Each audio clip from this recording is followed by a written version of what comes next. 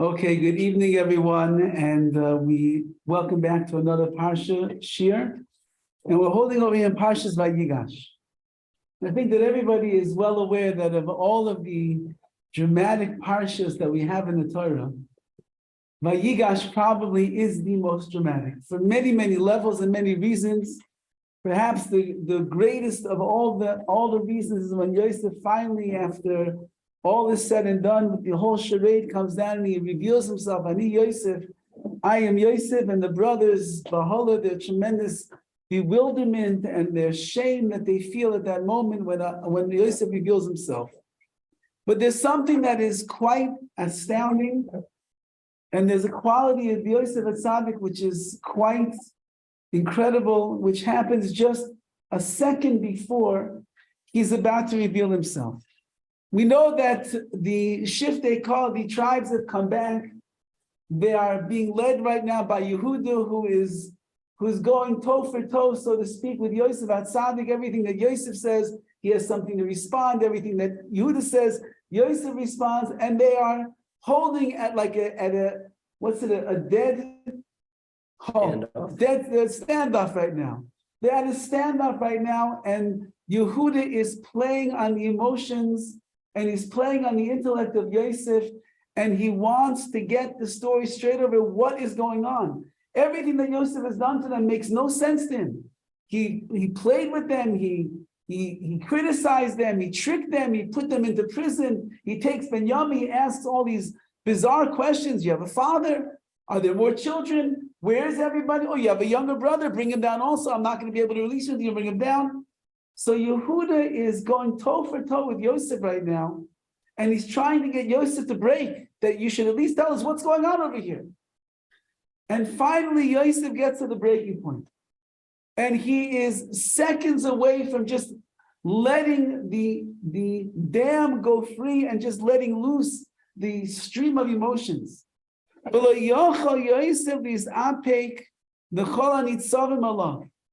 Yosef was no longer able to hold himself back from all of those that were standing there. Vayikra, and he called out, Haitziu kol ish me'olai, get everybody out of here. V'lo amar ish itoy b'yizvada Yosef el echav. Nobody would be standing there at the moment that Yosef is going to reveal himself to his brothers. Vayitin es koilo v'bechi, he lets out his voice with crying. Vayishma Mitzrim, and everybody hears him. Vayishma Beis Parai, and then he tells his brothers, Ani Yosef Ayravich. Rashi says, what is going on over here? With the Yosef, he's seconds away from revealing himself, and suddenly he says, everybody out of the room, everybody leave. So Rashi says the famous words, Lahayayachayil Lizboil. It wasn't that Yosef didn't want to embarrass himself in front of all of his servants and all the men and all the ministers and all of Egypt that was there. Rather, he was not able to bear the thought that the Egyptians would be standing there, and they would hear that the brothers would become embarrassed and shamed at the moment that Yosef was going to reveal himself to his brothers. Yosef at Tzaddik, in the moment of all of his glory, his brothers are the ones who threw him into the pit. They ripped up his clothing, they lied to his father, they sent him down to Egypt as a slave. They come down to ask him for provisions, and he did not sense full regret for everything they did. Yosef at Tzaddik is just about to reveal himself. But he knows that the second that he opens his mouth and he says that Ani Yosef, I am your brother Yosef, that the brothers that are standing there in front of him will be misbayashim, they will be so embarrassed and they will be so shamed. Yosef says to himself, how can I allow my brothers, my flesh and my blood, my dear brothers, we are all from the same father. How could I allow them to stand here in front of all the Egyptians, my ministers, my servants, anyone who's here? How could I allow them to go through the shame and the embarrassment that they're about to experience. And so as the pasuk says, the dam of emotions is about to explode. But he grabs himself for one more second and he says, everybody out. And when Yosef speaks, everybody listen, they get out of there in an instant, and they get out there just in time for him to unload and unleash the wellspring of tears and of crying. And he finally is reunited with his brothers. And yes, they move back in shame. The Midrash says, Parchu nishmasam, their neshamas left them at that moment. They were in such shock over the reality that this is Yosef, their brother. And they were saved from the unnecessary embarrassment that they would have had in front of the Egyptians, slaves, servants, ministers, all because Yosef HaTzadik was able to hold himself back for one last second in this episode, in this entire story which is taking place. Why was Yosef so particular to make sure that his brothers would not even have one added ounce of embarrassment in front of the eyes of anybody else?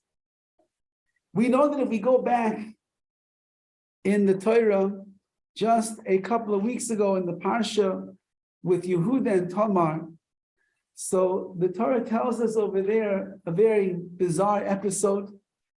Yehuda ends up having relations with Tamar when he doesn't know who she is. He thinks that she's a harlot. He ends up becoming impregnated. She ends up getting pregnant. And at the end, they come to Yehuda and they tell him, oh, your daughter-in-law, Tamar, naughty girl over here. Look at her. She's walking around pregnant. She's not married. Must be something that is, she must have done something that is illicit. And they bring Tamar out to be burned by the stake. And Tamar is about to be burned. And she doesn't reveal that the children that are inside of her came from her father-in-law, Yehuda. And all she says over is the following word. She's being taken out, and she sends over the following message to her father-in-law. And what is the message to her father-in-law? The message to her father-in-law is, whoever these particular objects belong to, whoever the signet ring is, and the cloak and the scarf, whoever it belongs to, you should know that is the person whose children are inside of me. And at that moment, Yehuda says, V'yaka Yehuda v'yoyme, and Yehuda says, Tzadka mimeni, she is correct, I am wrong, ki al kein lo nisati l'sheila v'ri, fine, that's why. Rashi says over here on these words, what exactly was Tamar thinking? She's about to be killed. And she's not the one that did something wrong. Yehuda is the one who did something wrong. The same Yehuda that's arguing right now with Yaakov, with Yosef. And so Rashi writes the famous words. And he says, Amra, she said to herself the following. If Yehuda will admit himself that he's the culprit over here, so let him admit. The imlav, and if he doesn't admit, Yisrafuni, then I'll die with my secret, will be buried along with me. Al bin Panov, I'm not going to embarrass Yehuda at this moment. Mikan Amru, from here I say, just tell us. Noyach Laila Adam Sheyapel Atzma Lichivshana Eish. It is better for a person to throw themselves into a fiery furnace rather than to embarrass another person berabim in public. Says Tamar to herself, I know the truth, and Yehuda knows the truth, but nobody else around us knows the truth.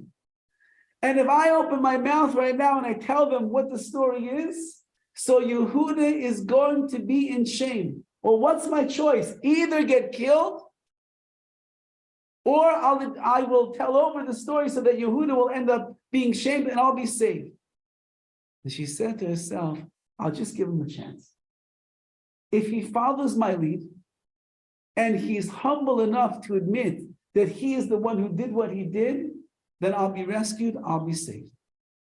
But if Yehuda decides to remain silent, so then I'm willing to be burnt up to smithereens in the kivshana eish, in this fiery furnace, rather than to cause even 1 ounce of embarrassment to the man who did something wrong to me.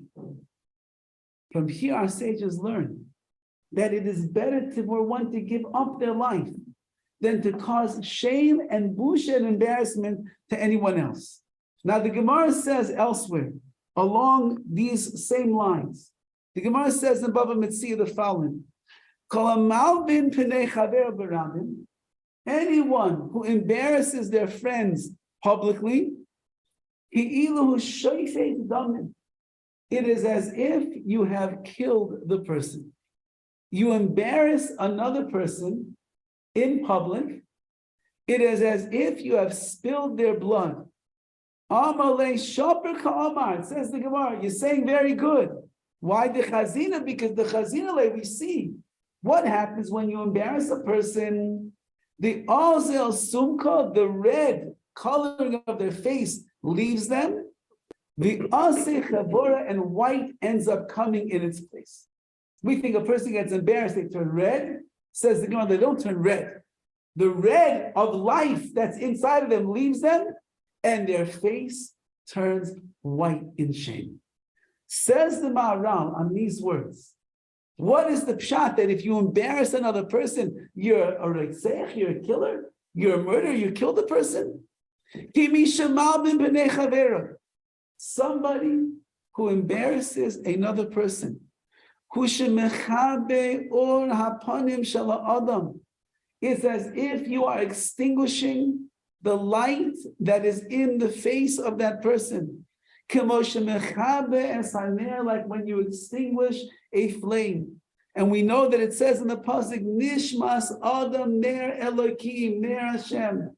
The Ner, the neshama of a person is the Ner, is the flame of Hashem.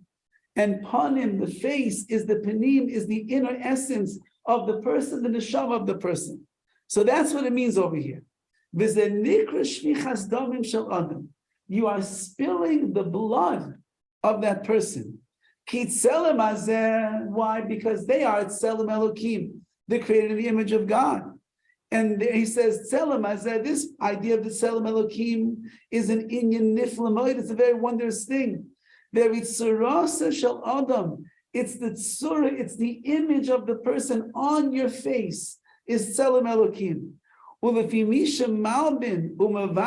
As Tselem Panav, somebody who destroys the tzura, the face of the person, by embarrassing them and causing the red to leave and a white stone face come on in total embarrassment, you just destroyed the Tselem Elokim, the godliness of the person themselves. Says the Maharal, a person who does this is a Roitzeach, Shvichas Damim, you have just killed the person. When you extinguish the light of the Tselem Elokim that is in a person, the embarrassment that you caused them, the shame that you brought to them, is tantamount to murder and nothing less. And that's why Tamar was willing to give up her life in order not to embarrass Yehuda. Because we know, and we'll see, the Shari Tshuva writes over here on these words, the Rabbeinu Yoina, he explains like this: V'hine avak haretzicha. There's something that is known as the dust of retzicha, of murder. It's not a person with a knife coming and stabbing, Khalila stabbing another person. It's not a mass murder with a gun who just opens fire in a grocery mart or in a school campus, chas v'chalila. It's called avak, it's called the dust of retzicha. Habanas panim, when you whiten somebody's face by embarrassing them. Hipanav yechavaru v'nas mar yadam. The face turns white, all the blood runs away from their face. That's like killing. When you kill a person, what do? Chas v'shalom. But when you kill them, the blood stops running. And the red leaves the person. The blood leaves the person. And they turn stone cold white. When you embarrass another person, that is what you're doing. And then he writes, Kitzar habana marmi mavas. The shame and the pain that a person experiences when they are embarrassed is more bitter than death. And that's why our sages tell us, a person has to throw themselves into the fiery furnace. And you're not allowed to embarrass a person in public. They don't say this by other serious averas, only and that's why whitening somebody's face, embarrassing somebody, is similar to killing. And that's why like we know, if somebody comes to you and says, kill this person, I'm going to kill you, you have to give up your life. You're not allowed to kill another person. It's called Yahareg V'al Yahweh. I get killed and I will not transgress such a thing. Tamar said to herself, my choices right now are be killed or kill this person through embarrassment. Yahareg V'al Yahweh. The law is you get killed and you don't kill the other person. If embarrassing a person is like killing them, I'm not allowed to do that. And therefore, I'll give him a chance, says Tamar. Maybe he'll admit, maybe he won't admit. If he admits, I'll get off. If he doesn't admit, I'm not allowed to embarrass him. Because embarrassing is murder. And murder I have to give up my life for. I'm not allowed to kill another person. Says Rabbi Yoina. That's what's going on over here in the case of embarrassment. And we have to learn this out to our case of Yosef HaTzadik as well. Yosef HaTzadik is standing at the last moment before he reveals himself to his brothers. And he's got every reason in the world to cause them the ultimate shame and the ultimate embarrassment. They destroyed him. They sold him as a slave. They sent him down to Egypt. They left him all alone for so many years. His father's been living in Sar for all of this time. And Yosef, with superhuman strength, holds himself back for one last second. Because you're not allowed to embarrass another Jew in public. And that would have been public embarrassment. And that would make him Rotzeach. And Rotzeach has to give up his own life. And Yosef said, well, I can't give up my own life right now. I'm not going to die. There's too much riding on this right now. My father's waiting for me. So the only thing that I could do, hold it back for another minute. We live in a world where it's in style and in vogue to embarrass other people. B'ramin. Our leaders, our children who stand up in public, in their commercials, in their debates, when they, whatever comes out of their mouth, and they publicly look forward to embarrassing another human being. And those that are on the red side will cheer the red, and those that are on the blue will cheer the blue. And those that are sitting there Saturday night watching the Saturday SNL to see what they have to say, they'll laugh and cackle their head off as well, whatever's going on in the world with all of the satire, political satire. And it's the opposite of Torah. The exact opposite. A Jew does everything in his abilities not to embarrass another person. Because he tells himself that if I go and I embarrass this person right now, berabim in public with other people around, I am a roitzeach, I'm a murderer. And I'm not allowed to murder another person. So it's better that I should dive into the fiery furnace. I should dive and let this person die, public condemnation and embarrassment and shame. There's a Gemara in Tainus that says over the following story. One of the people that was Melumid, that was constantly receiving miracles in his life, was a man by the name of Rabbi Chanina ben Doisa. Chanina ben Doisa, the Gemara goes on, the famous story. It was Erev Shabbos, his daughter comes and starts crying, "Oh, Tata, I made a big mistake." He said, "What happened?" She said, "I filled all of the candles with vinegar instead of oil, and now it's Shabbos already, I can't change it. And he told his daughter, why are you worrying? The God who said, let oil burn, he can say, let vinegar burn as well. And sure enough, as the Gemara tells us, not only did it burn Friday night, it burned all Shabbos day, and they ended up using the same fires for Havdalah on Motzi Shabbos. Rabbi Chanina ben Doisa was a man that had miracles happening from all the time. His wife is no slouch either. Mrs. Rabbi Chanina ben Doisa also was a woman that was experienced in the world of miracles. And the Rebbetzin Rabbi Chanina ben Doisa. And the Gemara tells over the following story. They were very poor. They had no money, so little money that they have. They didn't even have money for challahs for Shabbos. So what would she do? She didn't want to be embarrassed in front of all of her neighbors that she can't afford to bake challahs for Shabbos. So have a regila lebitzu lemechame tenora kol mali shabbasa. Every Erev Shabbos on a Friday afternoon or Friday morning, she would stoke the flames of the oven, and there was nothing at all that was in that oven, but the smoke would go miraculously out of the oven and it wafted in the air, so that everybody in the neighborhood thought that Rebbetzin Rabbi Chanina ben Doisa was baking challahs for Shabbos. However, Vishaja Aktarasa and sent out smoke. Mishum Kisuf, because she was embarrassed that she had nothing, so Hashem made a miracle for her. And the miracle was that it made smoke and everybody thought she was baking. However,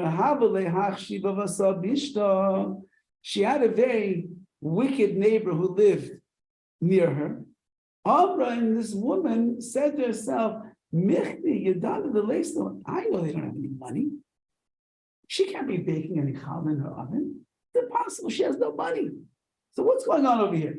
Yidana the leslo. I know she has nothing. My kulihai Oslo, what is going on over here? This is oven.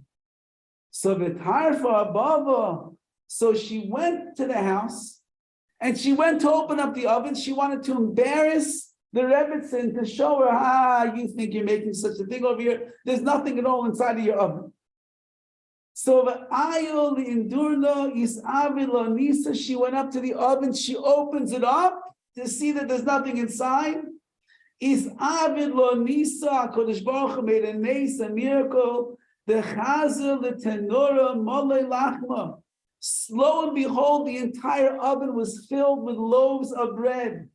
The Agaga Molei Lisha, Amalo, she said, Palnisa, she called out to the Rebbetzin, I see Masa, bring a shovel. There's so much bread over here.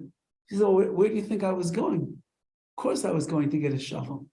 I went to get the shovel because she knew, as the Gemara says, she was used to having miracles happen. She knew HaKadosh Baruch Hu was not going to let her down, and she had plenty of challah for that Shabbos, and maybe who knows how many Shabbosim coming up. HaKadosh Baruch Hu, we learn from HaKadosh Baruch Hu. The reason that you have a Tamar, and you have a Yehuda, and you have a Yosef Atzadik, that are not willing to cause embarrassment to another person.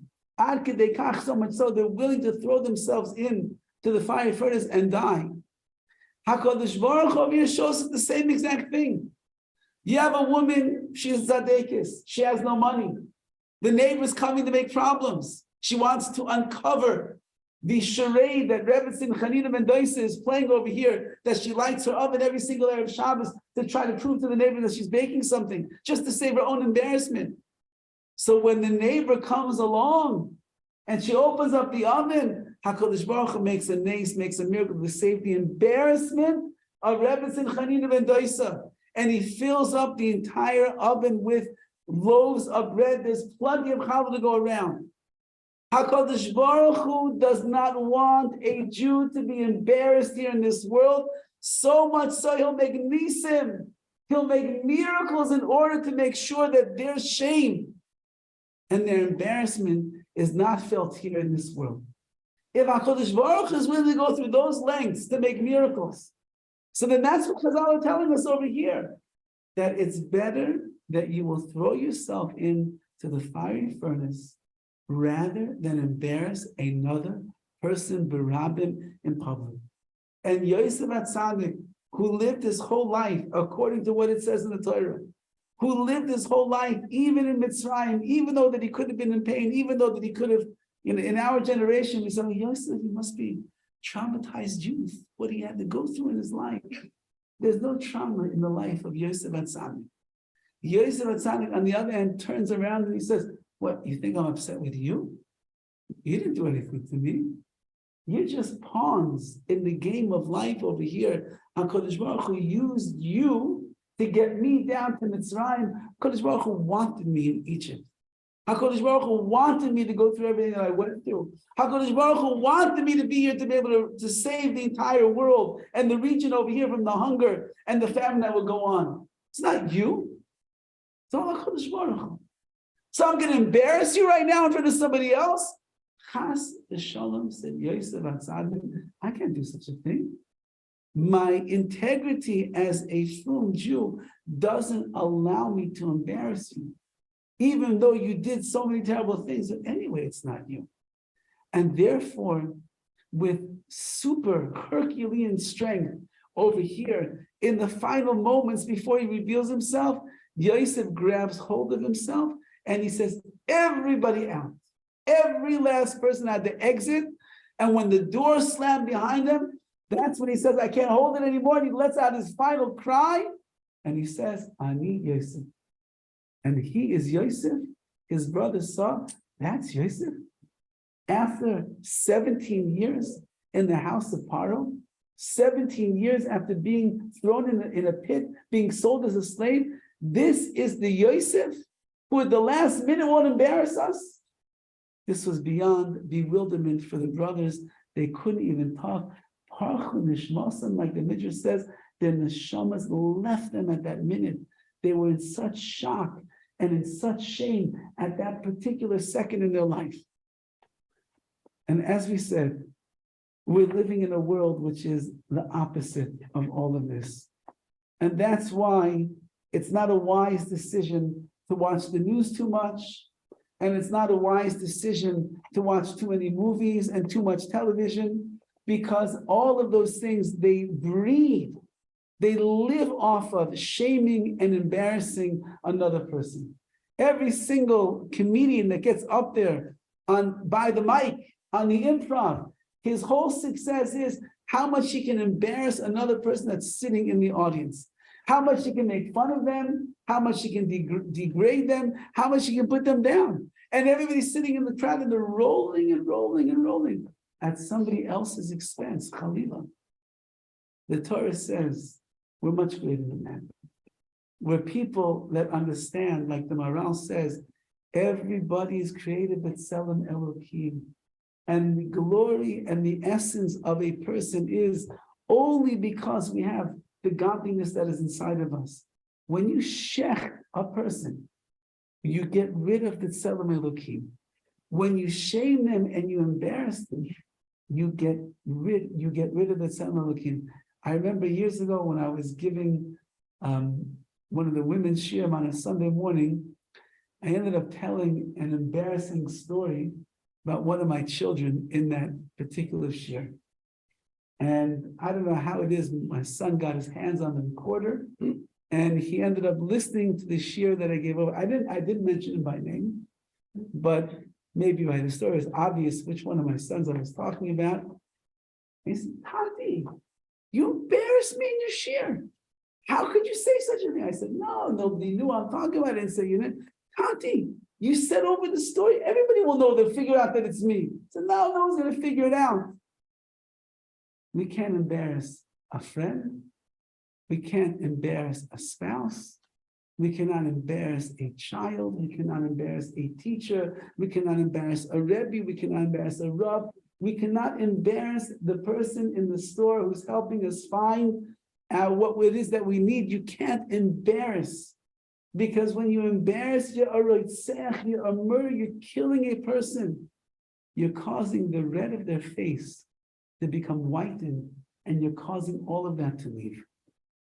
This is one of the reasons that Yosef is called Yosef HaTzadik. He is the righteous one because A tzaddik means, as the Malbim writes in Mishlei, a tzaddik is someone who conquers every single nisayon that the Yetzer Hara places in front of him. That means that every time that he has a big decision to make, and the Yetzer Hara is telling him, come, pulling him in this direction, and the Yetzer Tov is pulling him in this direction, and he's not sure what to do, a tzaddik is someone that always makes the right choice. Yosef tzaddik is in the moment where it's almost humanly impossible not to let loose. But he's Yosef tzaddik. So if the Torah says you can't embarrass another person, then I have to be holding cup, which you have to be totally aware of everything that is going on all of the time, and Khalila not to embarrass another person.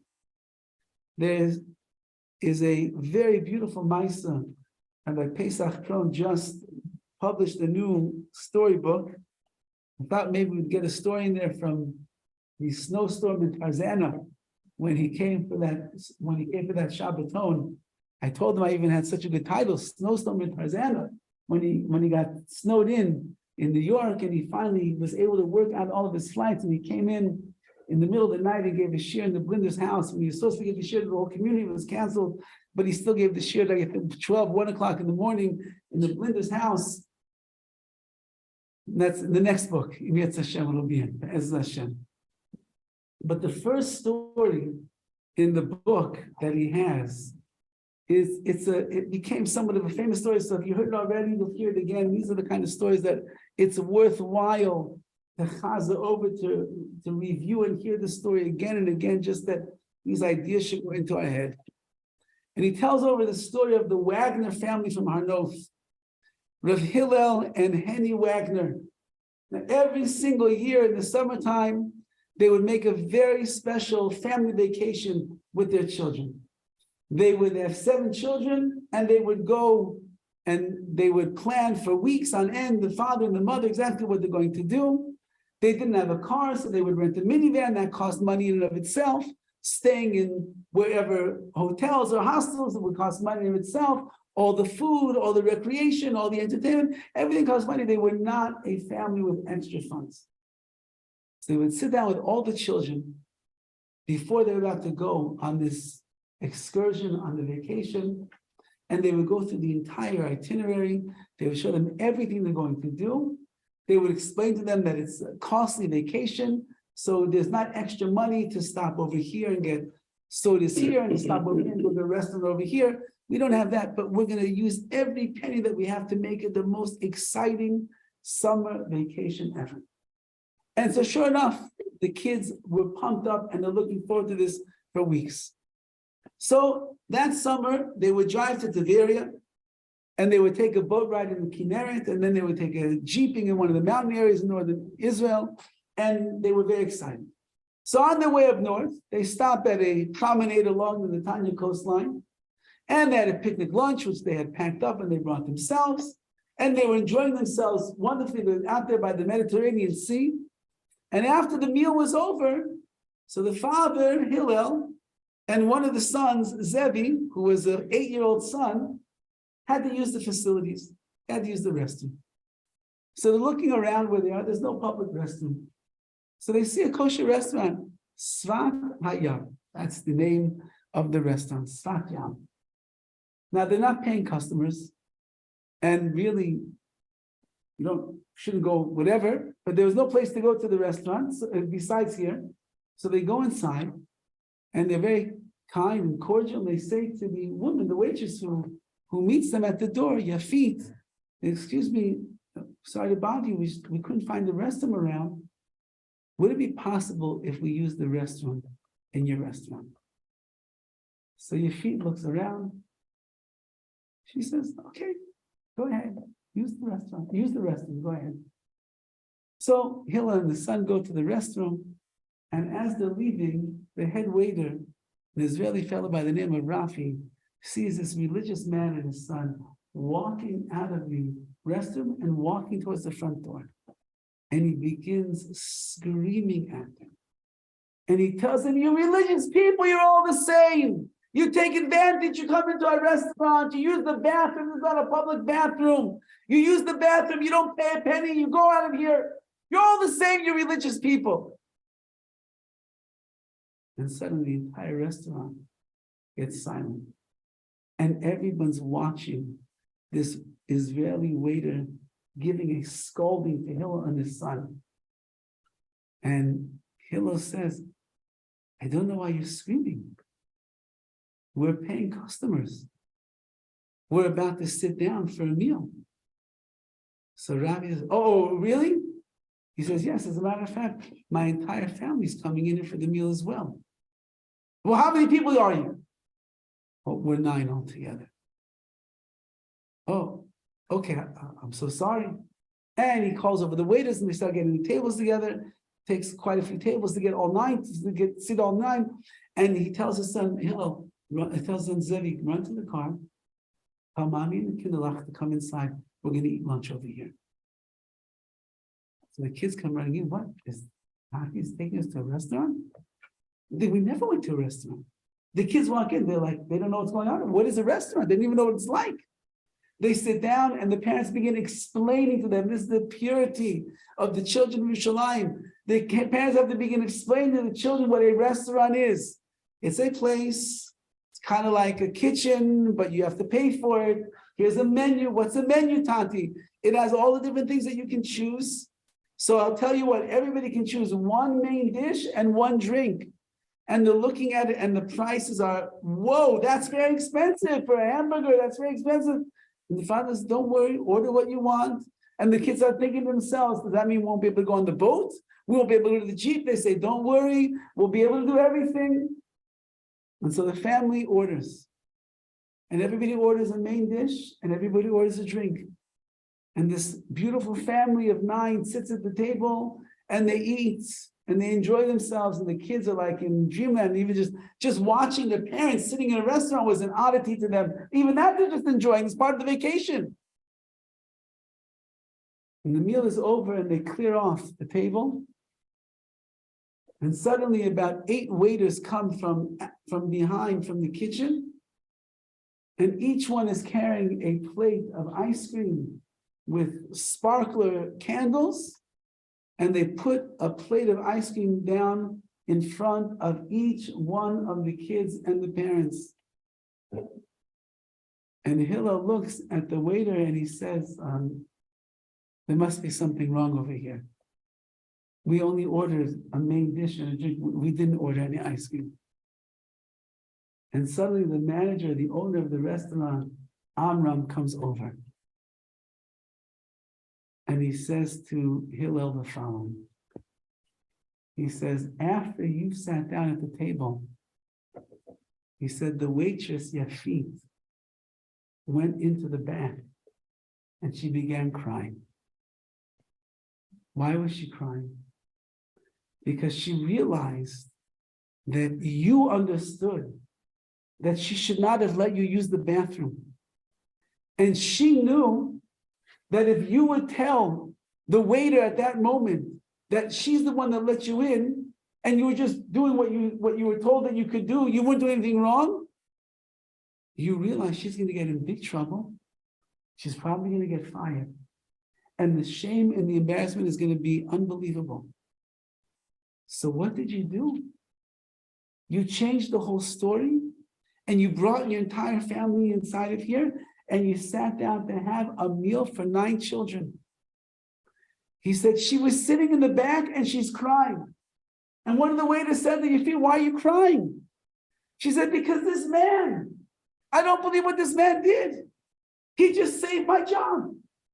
He wasn't coming in here to eat. He was just coming in here to use the restroom. But he knew that I'm going to get in trouble. He knew that I'm going to lose my job. I'm getting fired. So he made up a story that he's coming here to eat with his family. Nobody has ever done anything like this for me in my entire life.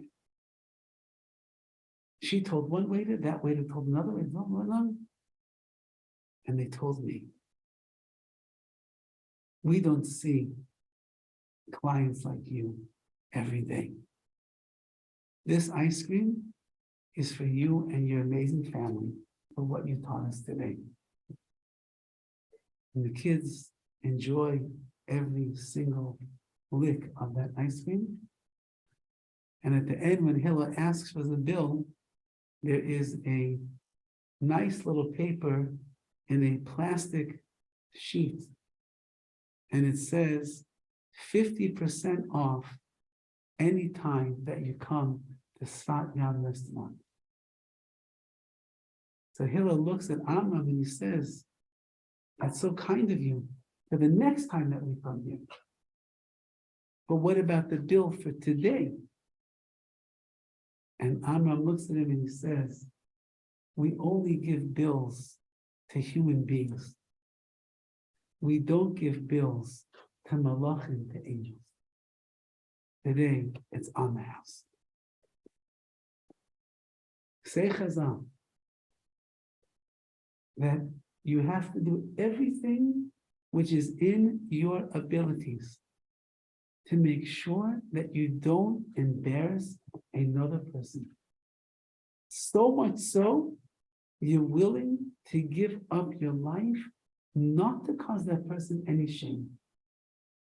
Yosef HaTzadik, Hamar, even HaKadosh Baruch Hu came to the rescue of Rebbetzin Chanina ben Doisa to make sure that she should not be shamed in the presence of the other woman that was there. If they're willing to give up their lives, most of us don't have to give up our lives, not to shame another person. We just have to be sensitive to the words that come out of our mouth, to the things that we do, to the statements that we make, to the eyes that we roll, to the lashon hara that we say that will cause shame and embarrassment to another person. But if we do that, then as HaKadosh Baruch Hu made nisim for those people, and as Yosef HaTzadik was able to hold himself back to the last minute, and as Tamar was willing to throw herself into the Kibshan HaEish, not to embarrass Yehuda, who's the one that did the wrong thing. Tamar's not even held accountable. Yehuda's the one who did the wrong thing. But Chas v'Chalila, God forbid, she should embarrass him. So then, if a person will just be a little bit sensitive, a little bit understanding, a little bit in tune with another person, instead of learning from the ways of the world which live and feed off and thrive off the embarrassment that they can cause to another person, will be from the Yosef HaTzadiks and the Tamar and the beautiful pathways of Klal Yisrael, and we will not shame our wives, our husbands. We will not shame and embarrass our children. We will not shame and embarrass another person in shul. We won't shame and embarrass a family member, a relative, a parent, a chas. We won't do anything like that. We'll just be careful in the things that the Gemara says by one of the Amoraim. They asked him, he was an old man. They said, how were you zeicha? How did you marry to have such a long life? One of the things that he says is, I never called anybody by a nickname. Because a nickname, it's also a nickname that's derogatory nickname. Hey, shorty, yeah, is an embarrassment to the person. It's a shame to the person. So he said, what was the merit that he was zeich, that he was worthy of having a long life? Because he was careful not to embarrass another person. Kodesh Baruch Hu should send us all long lives and successful lives and productive lives. And the more that we are sensitive and we are kind and we are caring and we are compassionate to others, and we do everything within our abilities not to cause an ounce of shame, an ounce of embarrassment to anybody else. HaKadosh Baruch Hu, like he made for the Rebbetzin, Chanina ben Doisa, he made miracles so she should not be embarrassed here in this world. May HaKadosh Baruch Hu make the miracles that each and every one of us needs for ourselves, that we too should not only should we not be shamed in this world or embarrassed in this world, but rather we should be zeichet to lives where we are outstanding examples of the way in which a Jew should live their life with the care, the concern, the sensitivity, and the compassion that we're supposed to have for our fellow Jewish people. Have a wonderful evening.